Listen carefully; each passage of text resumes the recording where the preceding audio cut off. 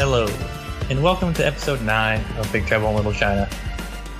I'm joined by my lovely co-host, Brittany Beshel. What's up? Surprised you could even keep track of how many of these there's been so far, because I can't. In my notes, I write everything like sequentially, and I have the number episode next to each set of notes, so that's how I remember every time, because I have to check every time. Oh, man. It feels like we've done a million of these, and yet 9 still sounds like a lot. Okay, so there was music. I was relatively busy in music the past few weeks, but how many things grabbed me? Something disappointed me quite a bit. But I don't know. How you feeling about music right now, Brittany? I feel like it's kind of a stagnant time for me. Like, there was that pretty big period, I guess, like April and May, where a lot of stuff that I was really excited about came out, or maybe like March to May, something like that. But yeah, it's just kind of like a dry summer. There's been a couple things I liked, a couple things that just didn't impress me. Kind of like you said, just a little meh on some stuff. Yeah. But I don't know. I'm hoping for some announcements of like fall releases from some of my faves. Like, I know a lot of people are recording right now. There's some singles sneaking out here and there. But I don't know. See, for me, if good music isn't going to be released soon, it means that no good tours are going to happen this fall either, which is not okay. And if people don't know, Brittany loves going to concerts. Yes, I've been to like 3 or 4. Yes, this week. It's her vice, and we support it, even though it's an addiction. So I guess we can just start out with some homework. Just ease ourselves into this. Yeah, sure. I will take the lead on this one. Last episode, Brittany assigned me "White Noise" by PVRIS, who I still occasionally in my mind call PVRIS, because that's what I. And I have to correct myself in my head. It's like, no. But you know what's crazy about that, though, is you're not the only person who says that, or they'll say, like, PVRIS or something, like, really stupid, but it's like, even if that was an actual V there, it would be, like, PVRIS. Yeah, it would be PVRIS, but for some reason, PVRIS sounds like more of a word to me, I guess, than PVRIS. PVRIS is a water Pokemon of some kind, probably. So I listened to White Noise, which is their first album, their debut album. Yes. Right. Okay. Brittany had me listen to the long titled one, Heaven and Hell one. That I can't remember the full name of it. I never remember either, and I should know, but it doesn't matter. It's obnoxiously long. Well, we can move on. Yeah, that was, I think, my first homework, if I remember right. I think so. Yeah, and I enjoyed it. But I can't say the same for this one. Okay. And it's not that I think it's bad. But it might be just bad that I think it's pretty unremarkable. As I listened to the 10 tracks on it, there is a deluxe edition, which is 14 tracks on Spotify, but I did not listen to that one.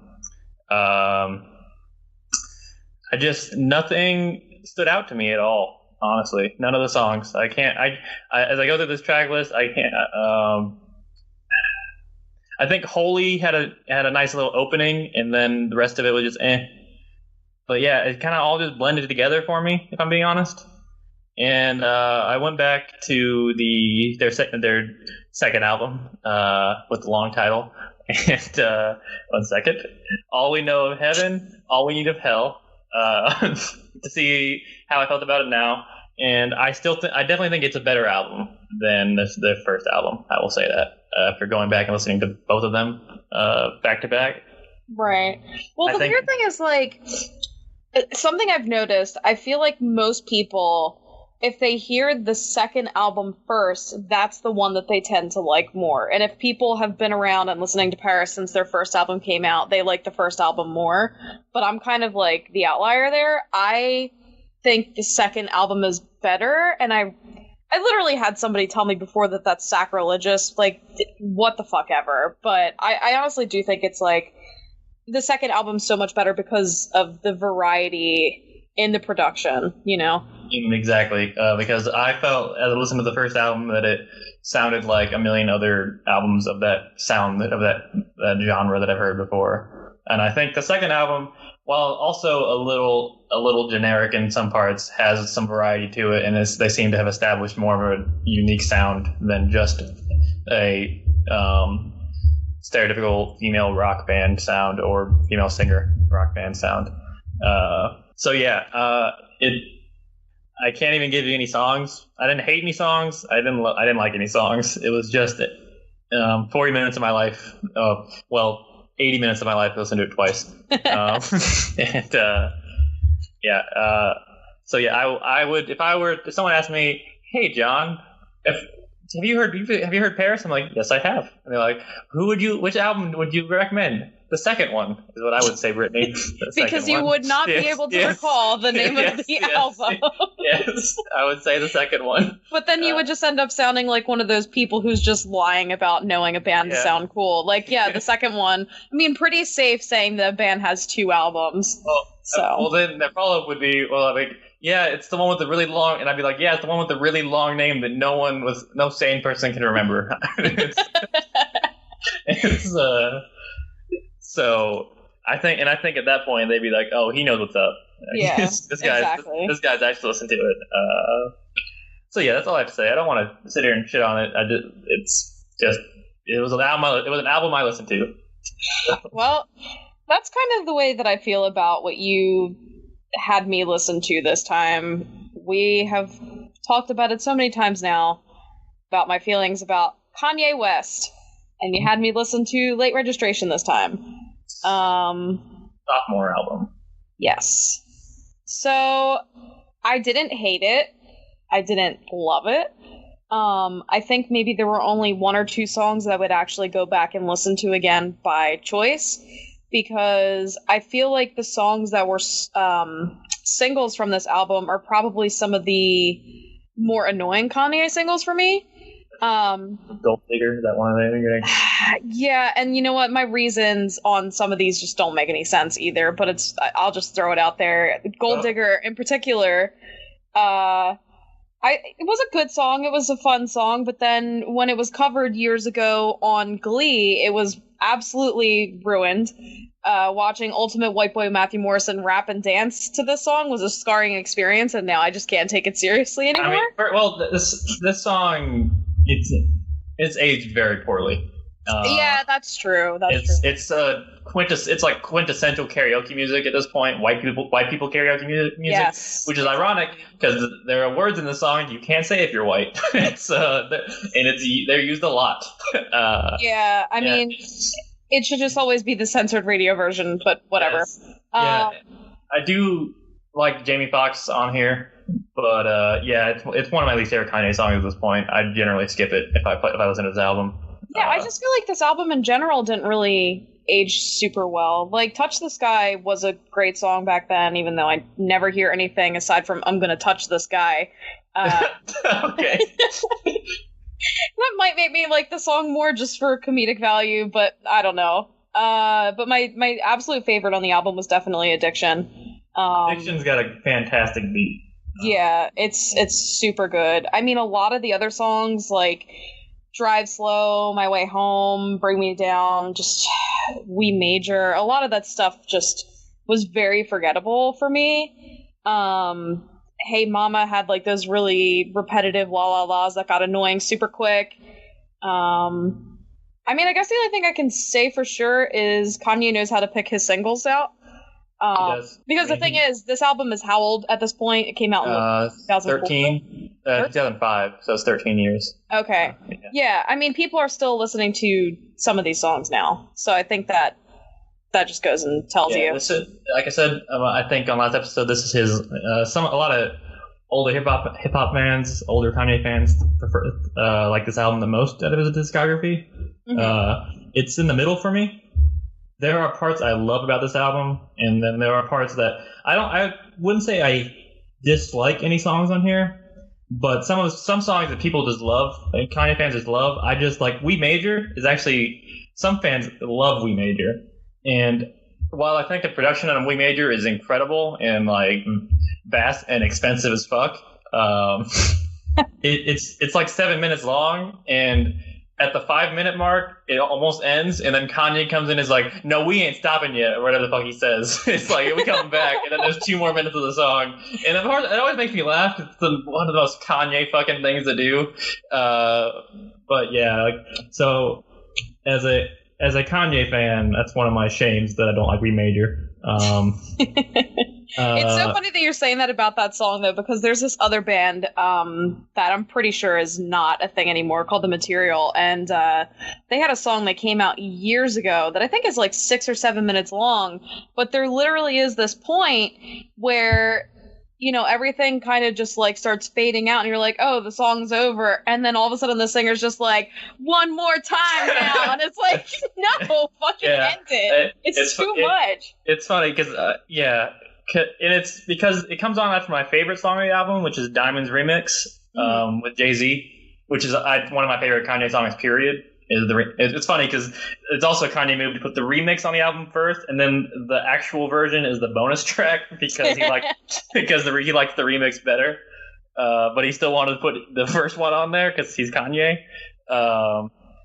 But yeah, I think "Wake Up, Mr. West" is one of the most iconic phrases that you will hear like other artists put in their music. It's kind of a thing that's lasted over time.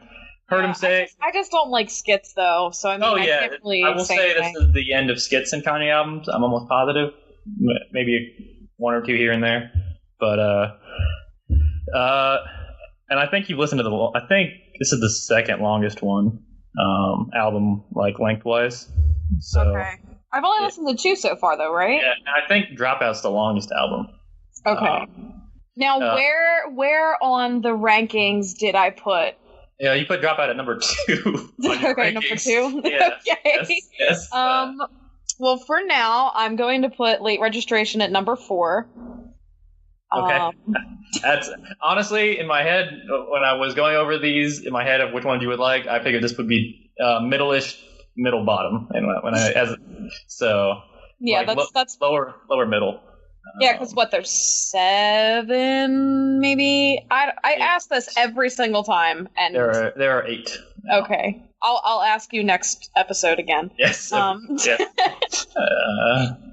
But yeah, I mean, the only other thing I can say is, Adam Levine as a feature on anything is just incredibly grating. I like Heard Him Say. I'm not gonna lie. I like Heard Him Say.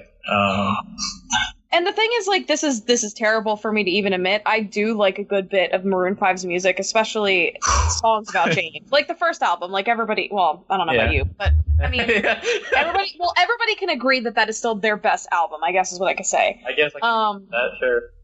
But yeah, every single song that he's ever been like a feature on, like Payphone, Jesus fucking Christ. I mean, I'm glad we've escaped the time where we have to listen to that on a regular basis. Or was that their song that somebody else was featured on? It was bad though. It was. Did that? Yeah. I think I listened to it. That Red Pill Blues. Yeah. With literally the worst album cover that I've seen in years. Yeah. Okay. I don't know if we talked about that on here or something. I think we did, but yeah. I mean, like I said, this album is going to go at number 4 out of 8 for now. Things will be rearranged over time as I listen to more of this. Yeah. People out there, my recommendations, I recommend Diamond's remix, is timeless, Touch the Sky. Lupe Fiasco has a really good feature on there. And the production's just fantastic. Hey Mama, one of the better rapper raps about his mom songs. There are a lot of those. And Addiction. And Roses. I like Roses. Yeah, I like the story behind it, but I felt like the song was still kind of boring. Yeah. Also, Gone's great. But yeah, it's a very good album. This is actually the end of soul sample Kanye or this style of Kanye. This album has a lot of similarities to College Dropout. I don't know if you've noticed that, but yeah, it seemed like they probably came out around the same time, right? Maybe like a 2-year gap between them. It's actually 1 year gap. That makes even more sense. Yeah. So yeah, this is just a more confident Kanye. So. This is when he started the transform. Yeah, this album 2 days after it came out, or 2 days before, I don't remember. Is when he did the President Bush does not care about black people thing. Yeah, I mean, probably so one of the more sane things he's said. This is the most out of all his albums, probably the most conscious album he ever made. So a lot of good messages on here, even if he doesn't always tackle them quite the best, but they're he's giving it a try. Well, I guess this week's homework wasn't necessarily excess on either end, but I'm not sure you were really expecting otherwise from me. I'm actually a little surprised you didn't like White Noise a little bit more, but again, I think it might just be my attachment from listening to it for a few years now. But yeah, I mean, and Labor just says about what I expected from you. Your opinion on that, right? Okay. Yeah. So. I expected you to like Diamonds more, but you didn't really mention it, so I assume it was just okay to you. No, I mean, it was all right. I'm just not, like, a fan of Jay-Z at all, is the problem. Yeah. Is that a Cher sample on that one? I'm not thinking of something else. I think it's something else. Yeah, I think that's something else. The sample is fantastic on that song. All right. Let's move on to some modern-day music. Yeah. And, Brittany made me listen to, or made me finish listening to an album. I had listened to some of it. The album came out 2 months ago now, I think. Came out in June, early June. Scorpion by Drake, Champagne Poppy. Oh, God. It's, and full disclosure, as has been noted, I'm pretty sure multiple times on the show, I'm not a Drake fan. I don't like his music very much, generally. So take my opinions with a grain of salt, I guess. I will also say that the opinions on the album are generally more negative than they usually are around Drake albums. So it seems to be one of his least popular by far that he's put out in his pretty sizable discography at this point. And it all sounds the same. Nothing was the same, Brittany. All right. Okay, with that pun, we're off and running. So I listened to this. This is a double album, which is already fantastic news to my ears when I have to listen to Drake. It's great, hour and a half, fantastic. The first half, side A or whatever, it's actually I think it's just side A and B is what they're called. Is the rap side of the album, and side B is the R&B side. Off the bat, I'm gonna say I preferred the rap side, which is, to be fair, I do like R&B. I mean, how much to talk about Frank Ocean and all that shit. I do like me some R&B and some soul. I don't like Greg's singing voice or his rapping voice. I don't like Jake's voice. Let's go with that. So I do prefer the rap side because I think there are. I'm looking at the track list to make sure. 2 songs that I like on the rap side out of the 10 or so. I don't remember how many tracks are on this, like 20 something. 10 or 12 on this side. I liked Nonstop, the second track. That was pretty good. It had a good beat to run to, and Drake's flow was pretty all right. And I liked Talk Up, beat with Jay-Z. I think Jay-Z's verse was a little lazy, but I still liked his verse more than Drake's. And it was overall not bad. Could be better when you have like Jay-Z and Drake on a song. But yeah, all the other songs, Emotionless had a good Mariah Carey sample. I forget what the song is called. I can't remember. But the content was Drake basically playing the victim in the Pusha T Drake beef. Basically essentially making Pusha T out to be a bully after he had already backed out of the beef so I'm not a fan of that attitude, but whatever, Drake, do your thing. I'm Upset sucks. It does. It does. I mean, the only thing good coming out of that song was literally just the Degrassi reunion, and that's it.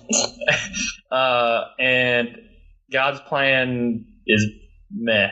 It's garbage. It's the fucking video, that thing. I'm trying to remember where it ends. Is Peak the first song in side B? Or yes, it's Peak. Okay. Yeah. Oh yeah, because I remember Is There More came on. I'm like, that's a sick joke, Drake. Because yes, there's a whole other side of this fucking album, you asshole. Oh man, that's what I was asking. Is there more? Well, when will it stop? And then we got to side B, Brittany, which is what you didn't listen to side A, which is fine. You're not really a rap fan anyway, and you don't like Drake, so not much point in you listening to the rap stuff.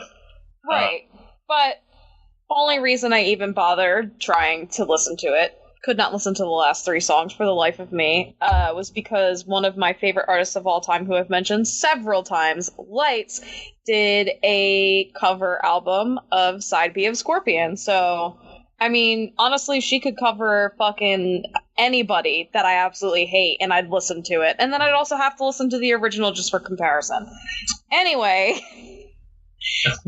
it's really unfortunate that John didn't get the chance to listen to it, because I feel like Lights made these songs listenable. Some of them actually really good. They were really good.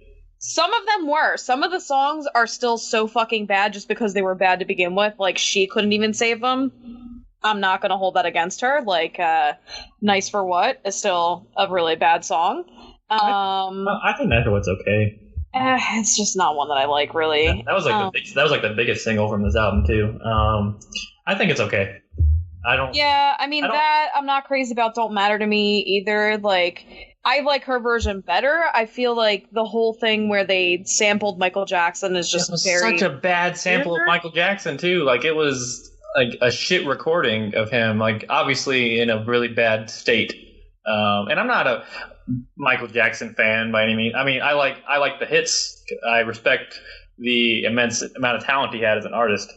But to like throw like some shit ass like recording of Michael Jackson on there just to say you had Michael Jackson on your song. Yeah, that's probably why I hated it so much. But I mean, the covers that she did that I liked the most were definitely Summer Games, Blue Tint, Finesse was really good, Peak was good. Everything else, In My Feelings, fucking hate that song. Like, again, that's another one that she could not possibly save, because it's just, I'm fucking tired of hearing about Kiki or whoever.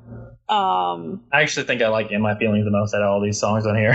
And I don't like it that much, but I think it's one of the ones I enjoyed somewhat.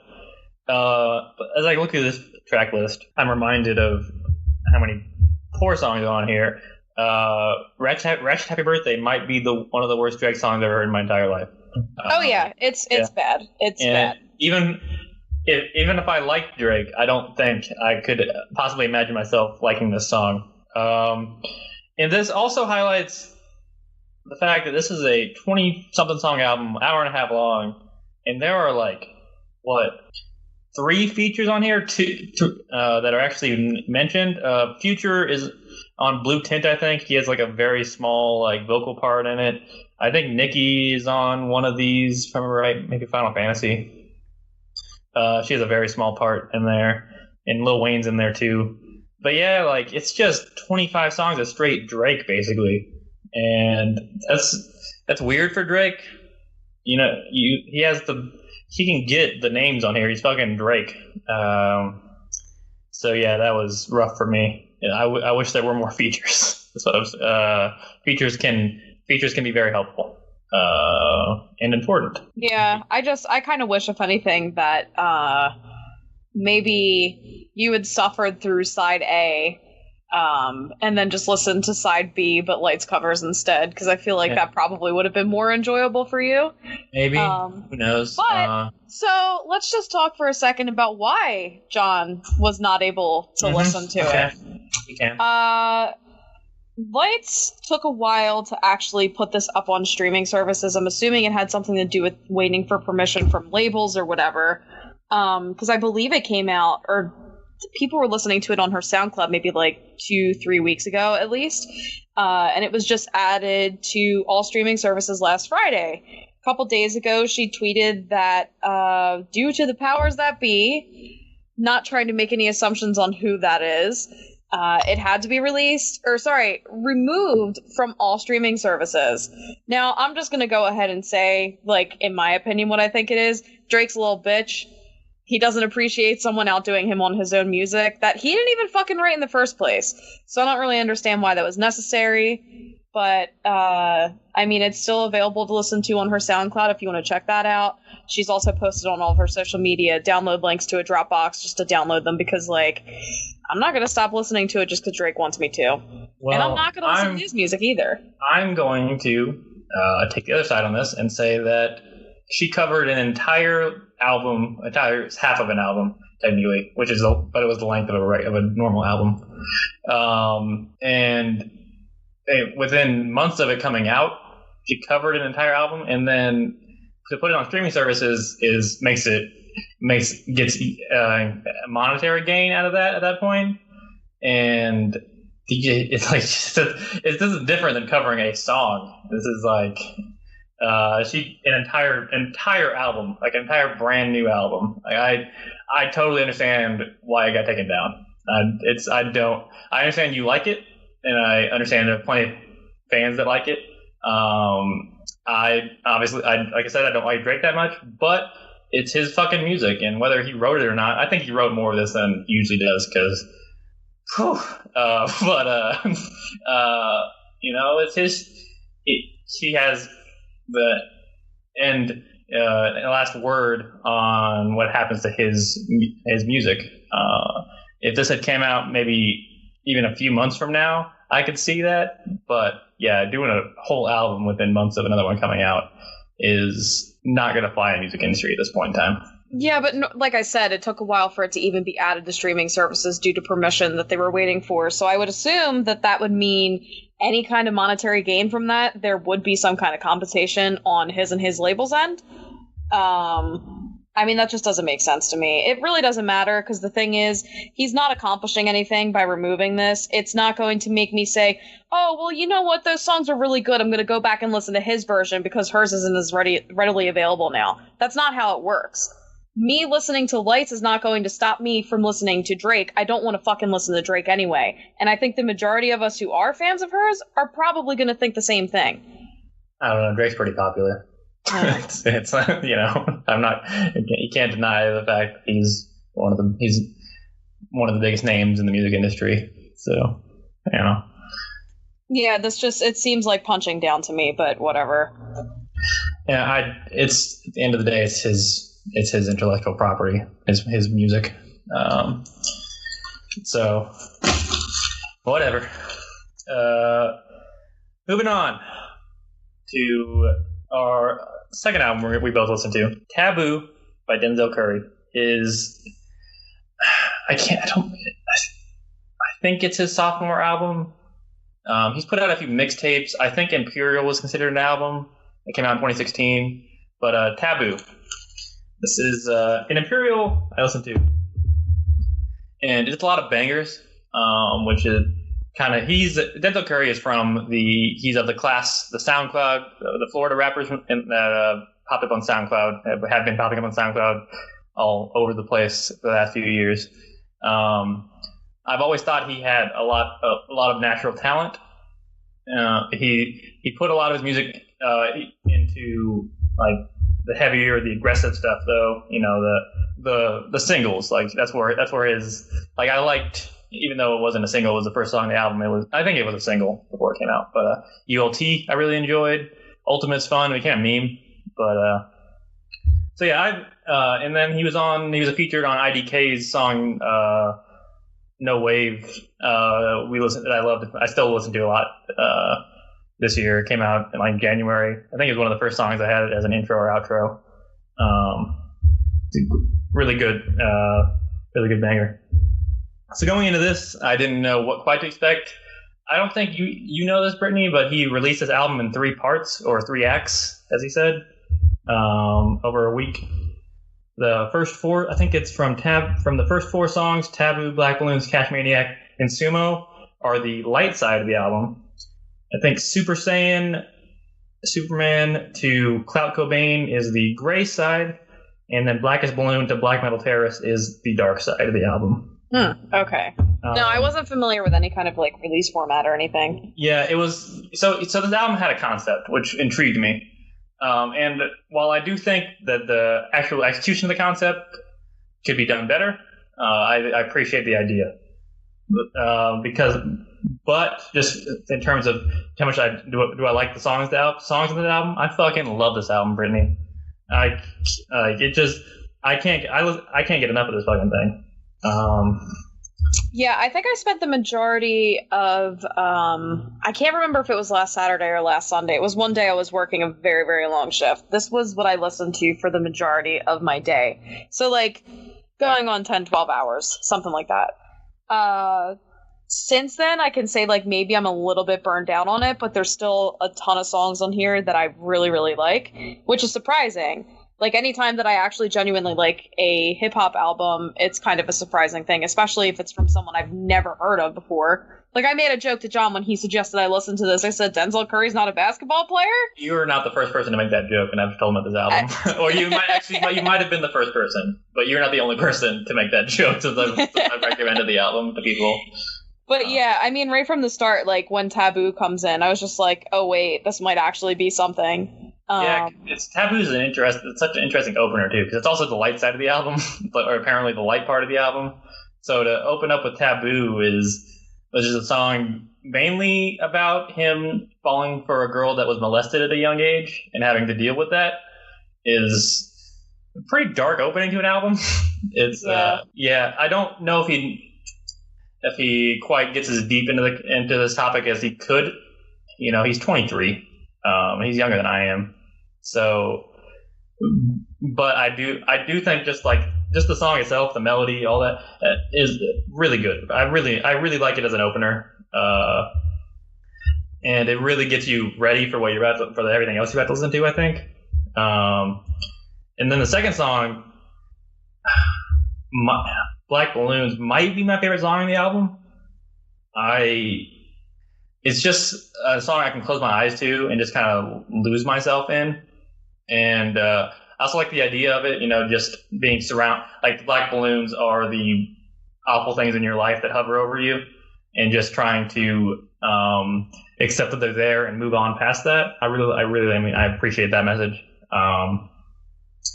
But yeah, it's just the hooks on this album are so good. There are so many catchy things in this album, even in songs that are inherently fucked up and dark. You can just find yourself singing along to them because it's just so damn catchy and melodic. And he's not a great singer, but he sings he carries a tune well enough that it works, at least in my opinion. I really don't feel like there were many bad songs on this. Like, I think the only two that I didn't really like was probably Clout Cobain and Black Metal Terrorist. Like, everything else. Oh, you don't like Clout Cobain? No. I love Clout Cobain. Yeah, I think my favorite might be Switch It Up. Super Saiyan Superman was really good. Sumo was a song that just made me laugh a lot, honestly, because it's just ridiculous. Sumo gets me going. It is ridiculous. I love how ridiculous it is. Yeah, Vengeance is also another one that's kind of just goofy in a way, but I like it. But yeah, Perks is also really good. Like I said, there's not really any songs that are bad. There's just some that I'm not like crazy about, won't really go back and listen to again. Yeah, and then like in the songs, like he has his, and I think this album is a really good. It's when we talked about Lil Yachty a few months ago. I think April was when that came out. I said that these artists need to add a little. They need substance in their music for these albums to have staying power.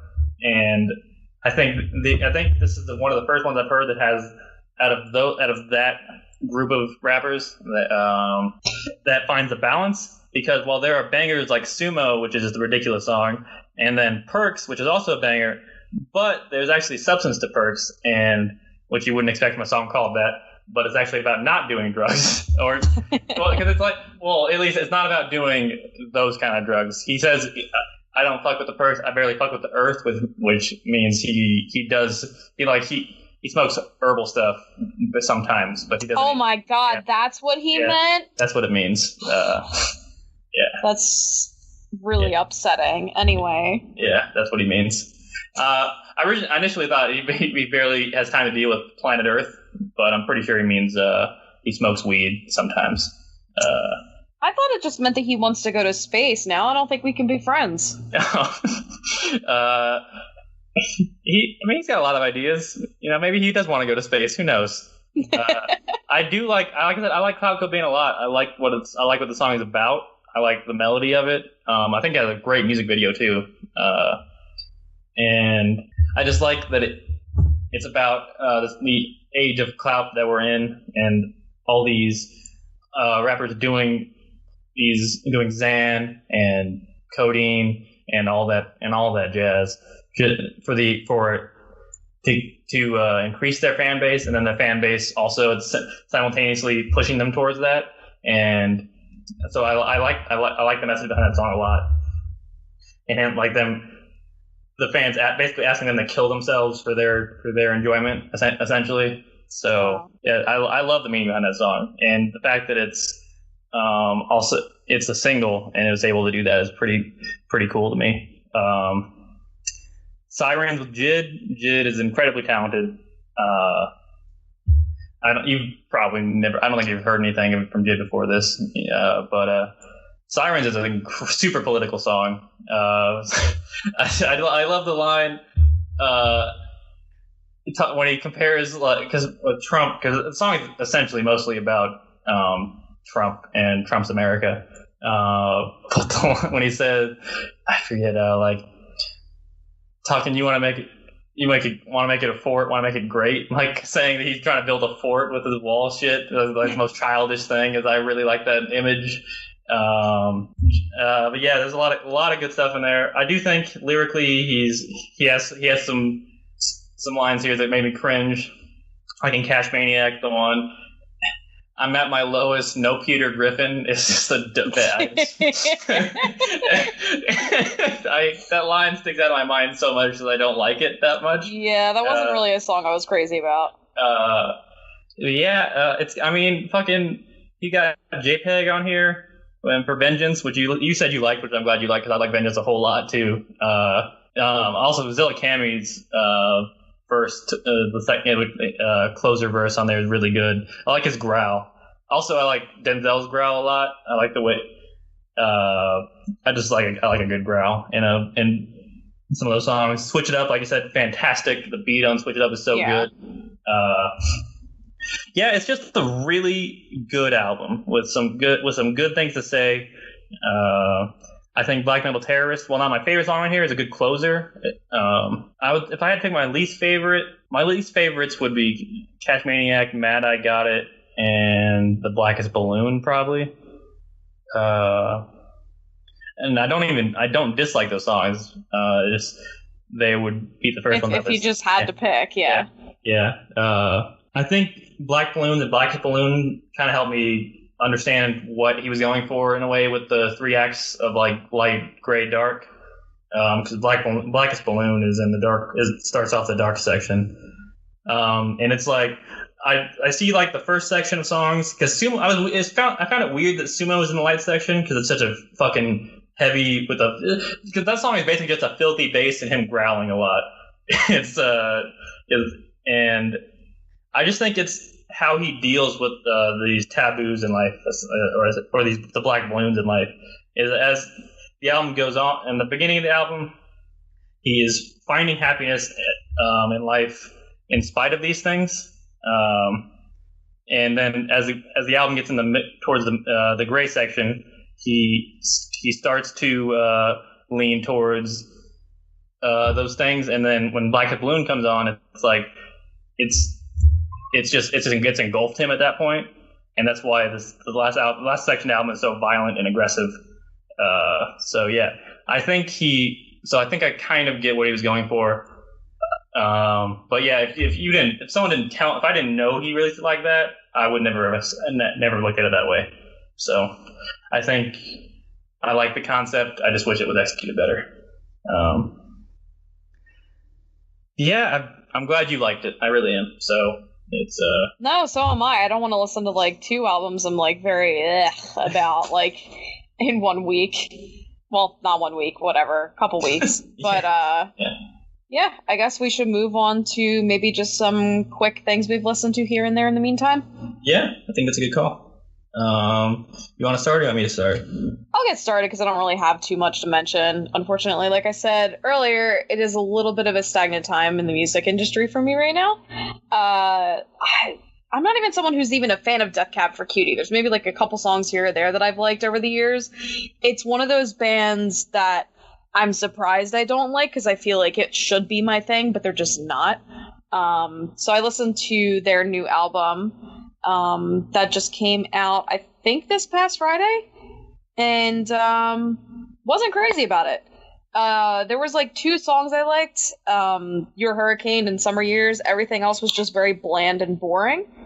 But yeah, I mean, I think this is like their 8th or 9th album. They've been around for so freaking long, and everything still sounds the same to this day to me. It's just, I don't know.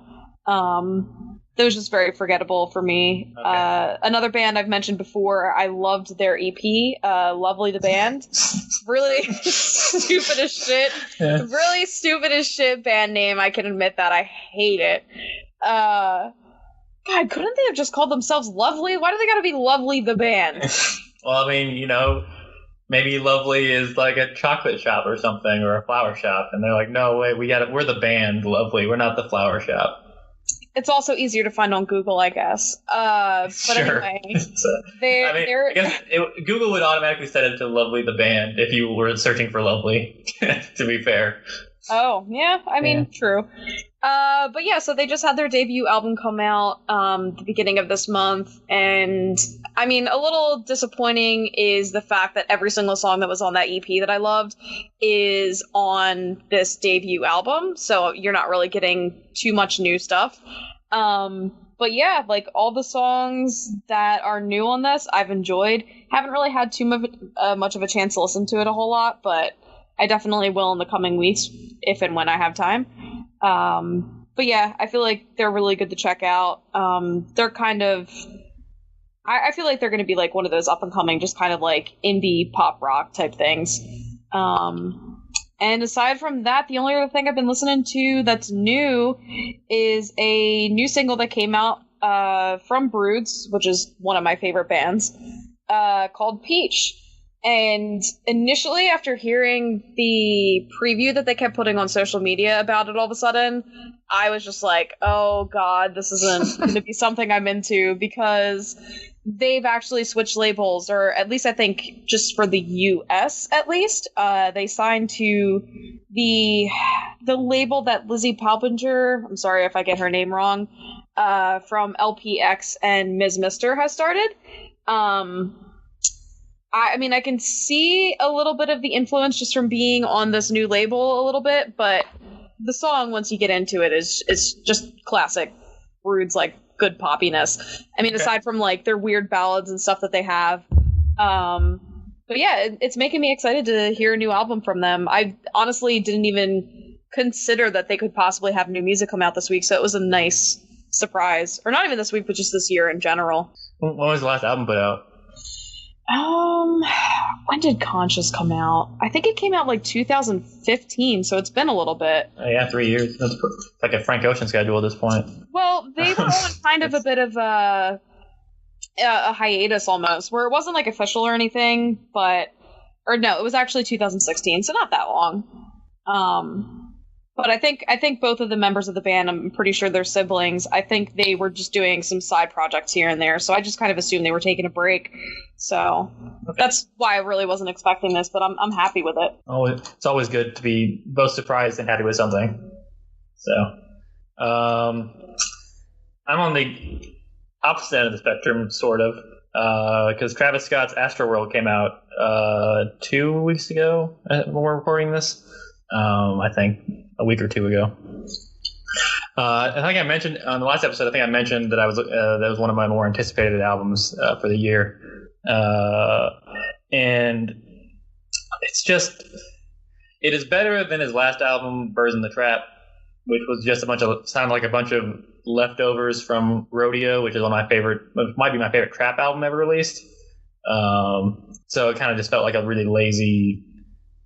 It just felt lazy and incomplete and wasn't good. I will say this is better than that. This album it's been getting a lot of praise too, pretty universally.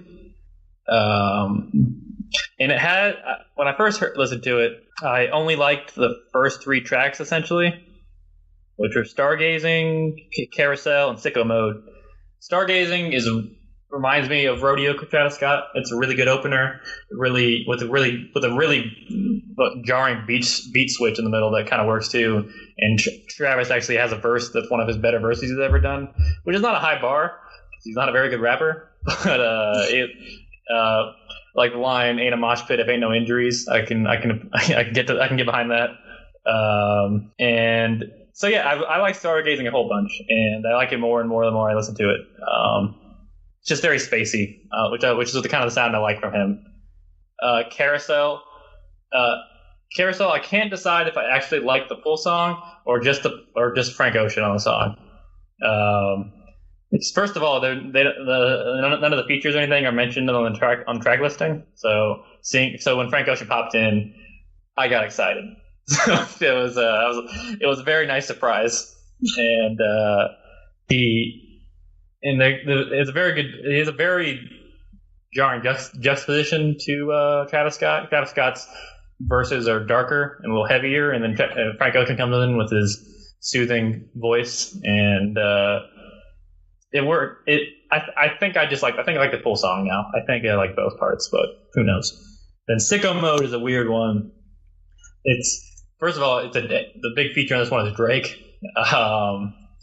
He opens it and closes the song, and there's like 3 beat switches in the song, but overall, I think which would be pretty jarring. And I think what he was going for in a lot of these things is because Astroworld was a theme park that closed down in Houston. It was an old theme park, and I think he was trying to capture the feeling of being in a theme park with this album.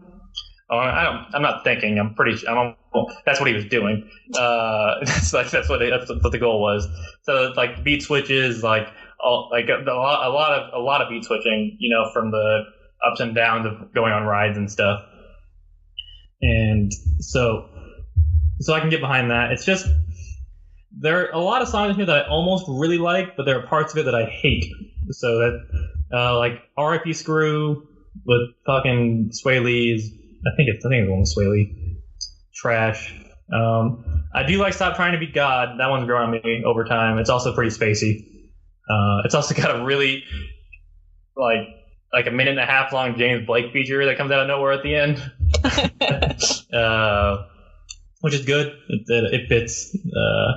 There's also a harmonica playing the entire time with Stevie Wonder playing the harmonica. I like No Bystanders until it gets to the Fuck the Club Up bridge. I don't enjoy that. Skeletons and Wake Up are both mediocre Weekend feature songs. It's also weird that he went back to back on Weekend features with songs. 5% Tint, I love the beat, but I hate his verses. And C-17 has grown on me quite a bit because it's got fucking 21 Savage on it. And it's a dumb song, but I enjoy it.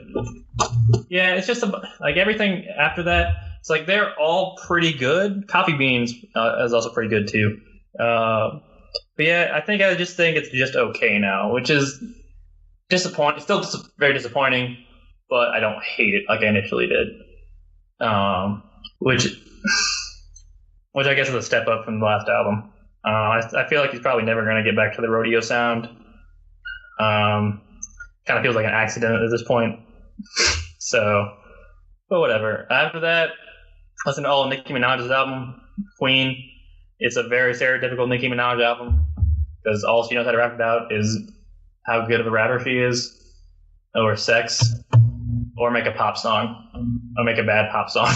But I will say I like Ganja Burns. It's kind of like a Caribbean sound that's pretty popular. I like Ganja Burns, which is the opener. Barbie Dreams is really good. It's funny. It's funny as hell too. She bases it off of Biggie's old song, which something Dreams. What the fuck is it called? Whatever. It's the same kind. That was him rapping about all the R&B singers that he wanted to have sex with, and this is kind of all. She's rapping about all the male rappers that have tried to have sex with her, essentially, and it's really funny. And it's lighthearted because the digs aren't too serious. She kind of get, except I think she might actually hate DJ Khaled, but who doesn't? So, did he say something about her at some point?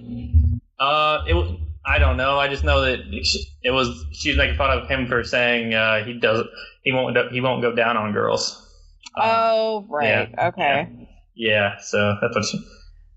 But after that, Rich Sex, I almost really like, and then the Lil Wayne feature comes on, and it's the most incoherent I've heard Wayne in a long time, and now I'm concerned for his health.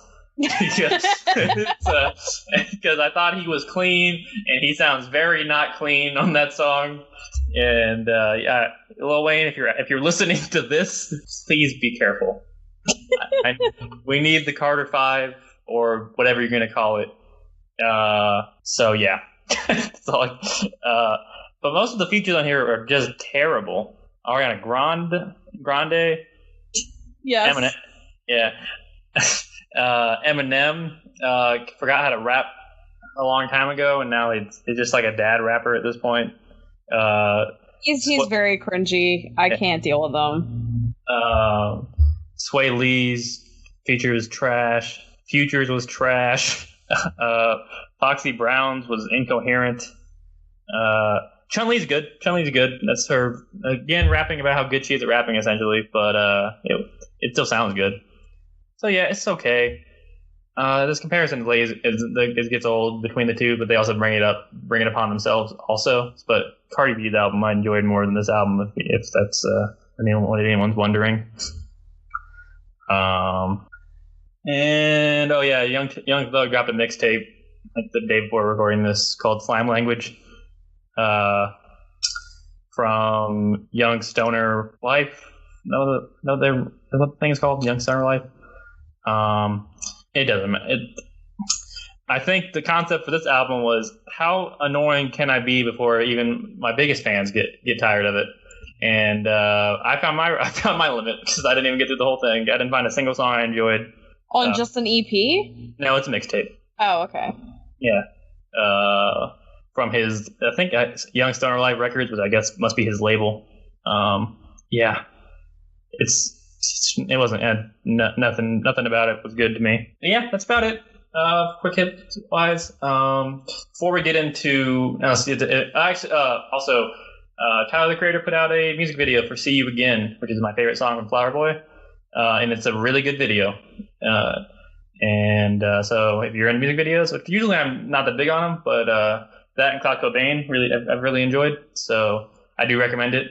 He usually does 2 songs in his videos, kind of mixed in, and he mixes in where this flower blooms towards the end of it, which is kind of cool. I'll have to check that out though, because I actually do like that song quite a bit. I think it was the only one I actually liked on that album. But yeah, I love that song. With Kali Uchis. Is it Kali Uchis? Kaylee? I'm not sure because I haven't listened to her outside of that. I'm pretty sure. Yeah, she put out an album at the beginning of the year that was pretty well received. I never listened to it though. I listened to another song. I think she had a song with Tyler the Creator on that album also that I have heard that's very good, with a really good video also. But yeah, before we get into our homework for the week, I did want to mention pay some respect to the Queen of Soul, Aretha Franklin, who passed away this week. I know Brittany doesn't love the big soul person. I'm not going to sit here and pretend that I'm a humongous Aretha Franklin fan, but you cannot deny how incredibly talented of a singer and she was. I mean, her songs are so good that people forget how many of them were just covers of other songs. Because they're just accepted as the actual version of the song or the better version. Yeah, so, and you know, like when she a lot of people came out and spoken about her. I mean, she won 18 Grammys. She had she's had 100 songs hit the Billboard Top 100.